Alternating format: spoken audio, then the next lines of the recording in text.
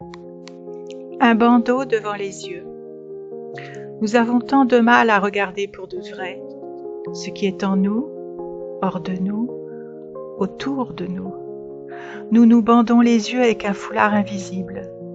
Nous refusons de voir ce qui explose de douleur ou de cruauté, ce qui nous gêne ou nous afflige. La vérité blesse, la violence accable. Il y a de quoi détourner la tête. Notre sensibilité nous éprouve. Comment consentir à cette exposition continuelle de la souffrance sans faiblir? Nous ne sommes que des petits, tellement plus fragiles que ce que nous croyons. Pourquoi avons-nous tant de difficultés à considérer ce qui nous meurtrit, aussi bien loin de nous que tout près de nous? Serait-ce notre indifférence?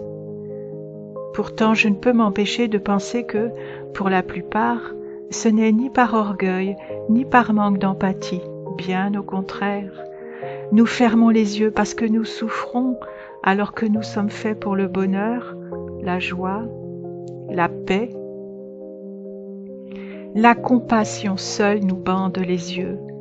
Nos paupières ne se ferment ni par refus, ni par sottise. L'étreinte immense de la douleur de l'autre nous fait baisser la tête autant que la nuit lorsqu'elle descend. Elle enveloppe de son manteau étoilé toute l'âpreté du jour, écrasée par le poids de ses blessures. La tendresse nous voile le visage. Nous sentons au plus profond de nous un appel d'air venu d'en haut. L'oxygène céleste nous happe de l'intérieur. L'envie de vivre ferme nos regards sur l'ensauvagement, les vaines rébellions, les massacres des êtres humains. Non, par égoïsme, non, par méchanceté. Nous sommes si grands, nous venons d'un désir qui nous dépasse et nous crée. Au plus profond de notre violence ordinaire se cache, quoi qu'on en dise, une soif inextinguible. Elle nous attire plus fort que notre propre déni. La beauté nous aveugle parce que nous la souhaitons de toutes nos forces, de toute notre âme.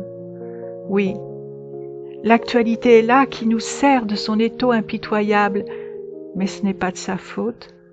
Ce n'est pas elle qui nous empêche de voir. Non. L'amour seul nous brûle les yeux.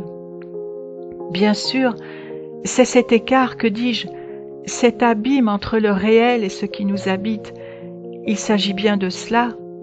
C'est ces décalages qui agressent nos pupilles.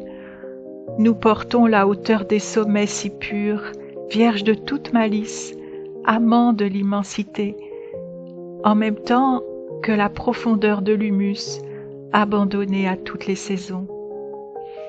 Tant de différences nous clôt les paupières.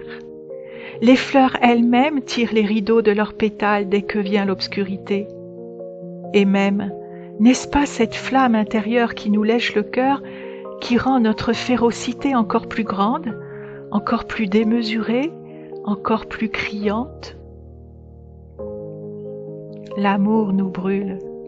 On dit même qu'à la 12e heure de son supplice, les soldats bandèrent les yeux du Christ pendant qu'ils le rouaient de coups. Ils ne supportaient pas ce regard si doux, alors même qu'ils le battaient et lui crachaient dessus. La bonté nous insupporte lorsqu'elle est absente au dehors, parce qu'au plus profond de nous, elle loge en colocataire depuis toujours. Elle est ce cri de l'hirondelle à l'arrivée du printemps, cette aube toujours nouvelle qui se lève chaque matin. Nous sommes précédés par une lumière trop vive. Nous nous débattons, mais une biche à l'anguille ne peut s'enfuir. Le soleil nous éblouit, il nous aveugle non pas sur le mal ni sur notre peine, il restaure notre vision volontairement obscurcie.